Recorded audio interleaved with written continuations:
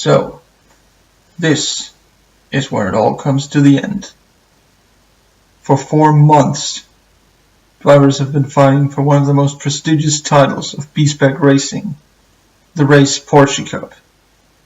And what a brilliant opportunity to take a look at how it actually looks before going into the grand finale at Spa. Well, it doesn't really need much introduction by now. Turbosnell and HSV equal on points, but, well, basically if HSV can score as many points as Turbosnell, he will win the championship based on the amount of victories. Because, well, obviously, as you can see, Turbosnell 0 wins, HSV 2 wins. And so he would, take priority on that. And, the rest of it, again, it kind of, tells its own story.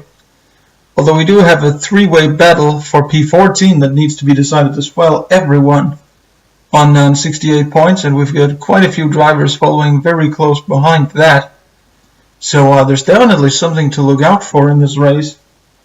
And, speaking of this race, I just want to put out a little disclaimer. If I don't, sound too excited about anything, it's because, first of all, it is a review. It's not live or anything. And second of all, this place is not very well sound isolated, and people have moved in above where I am right now, so that's how it works. And, this is slightly past 4 a.m., so I might want to be just a little quiet, and I hope you guys understand that. I guess that you have seen the grid, how it was all lined up, with the TBW HHS on pole position. For once, my AI was not useless. In second place, in Tired Iron, one of your championship contenders in P3.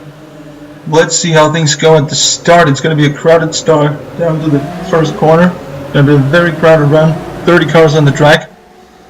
And, everybody's actually got off to a very good start. I'm not sure what Tired Iron is doing on the left side of the track. He has effectively lost third place to Goofy Tyler.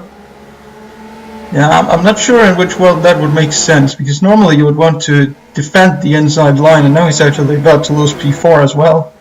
He does manage to get back in front of Petrus S136, but an interesting start to say the least.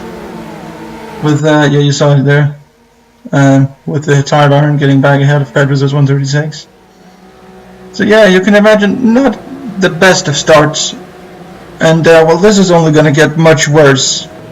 That's a big clunk on the rear end, and that's basically ruined his car, and there's even more chaos going on in the back of the field, as you see there. For example, Raven 214's car as well been caught up in something in the other end of the pack.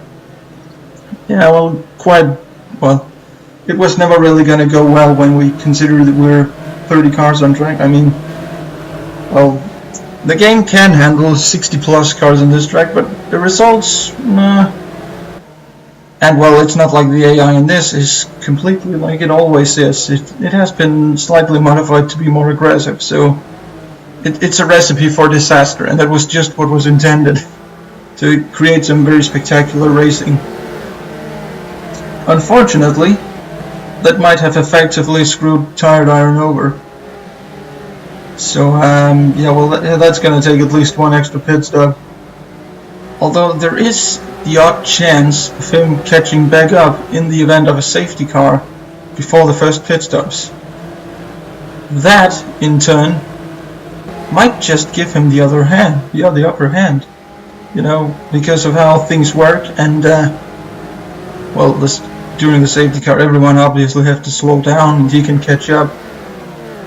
So, who knows? It's all still open at this point in the race. He's just gonna make sure he gets back to the pit car. It's very uncontrollable without the ripping. And you see there, another spin from Tired Iron coming towards the end of the lap. That's not good. That's effectively dropped him to last place.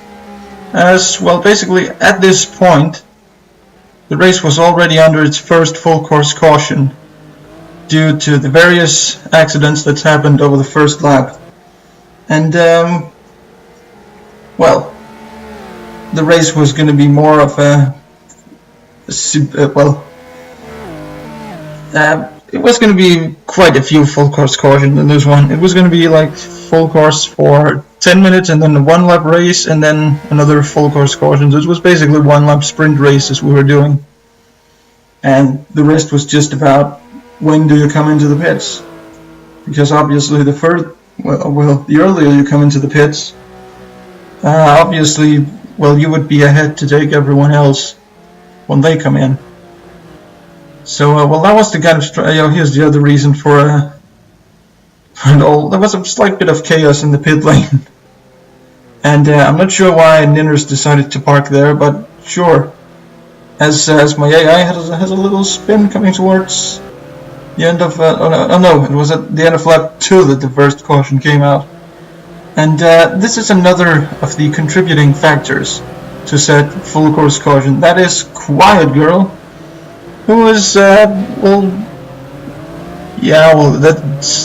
not gonna end well. And obviously it didn't. But, yeah, not much to do about that. A very unfortunate roll. She was in a point scoring position at the time, could have helped her a lot in the championship standings.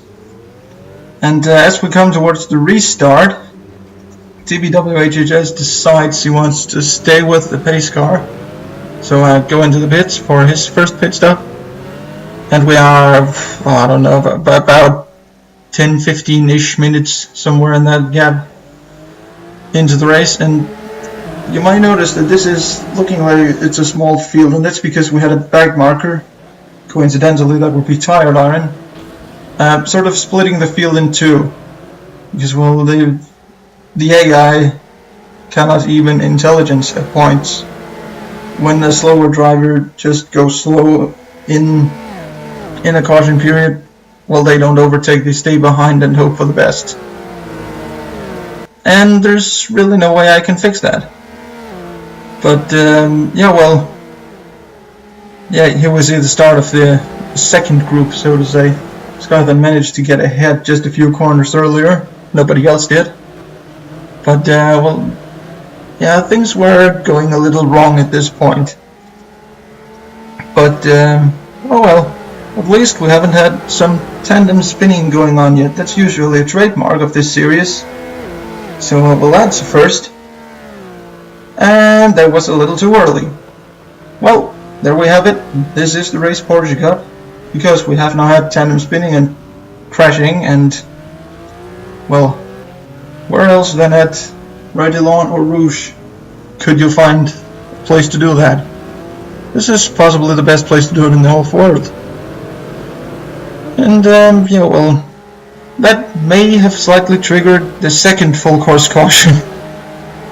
And, we are about halfway through the race at this point. So, a clear pattern was emerging. It was not about who was fastest on track, but who was the best at the pit strategy, as neither of these guys were. Now, coming towards the restart, I think this is about 10 minutes-ish, somewhere along the lines of that to go. But don't quote me on that, it's been so long since we did this race. And, either way, as you can see there, the pits are slightly well blocked. And, the AI doesn't even intelligence again. Damn it. Well, I really hope this is going to be fixed. I may need to use another version of this track for Season 2, but, well, when time comes, we'll have found out.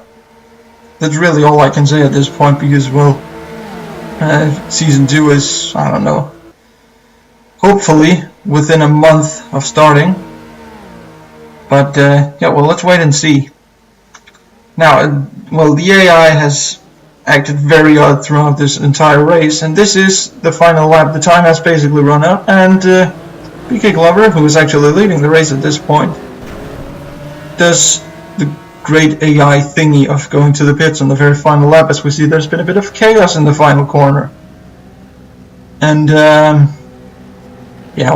would have to go back and, date back the results in order to make the best results. And it was quite tricky to date back the results, partly because of what happened here. Because, well, how would you at which point would you date back to? And well, there was a lot of confusion about, well, who's where at what point, and it was really quite confusing at times. It took me at least an entire day to understand how these results were to be put together. And well, that's a first, and that is actually a first for once. But as I said, I did kind of get it together. This is what I figured it would look like. So yeah, well, BK Glover takes his first win of the season, and the last one of the season. Payne Hamlin 11:21 also gets on the podium, as does the Cybertron. And yeah, well, other notables: RCB 929 in P4, Raven 214 P5, TBW HHS, your pole sitter, took 6th place overall in the race. That means following for the championship. It means that HSV takes the championship based on the amount of wins, equal on points with Turbos nil, neither of them scoring points in this round. So, well, that's that decided. Tyler Lauren also takes home P3 in the championship. Still a very solid performance. And in the other end of the table, I managed to do not last due to my first and only top 10 finish. Well, I can't complain. Oh, well, maybe I could, considering I started second on the grid, but never mind. That's all history now, actually. Well, I guess that was it for the season then. So I hope I'll see you in the next season, and, well, I don't know if we'll actually be seeing / hearing each other, because I haven't yet decided if I want to do these videos or not, but we'll see. Time will tell. Anyway, that's it for now.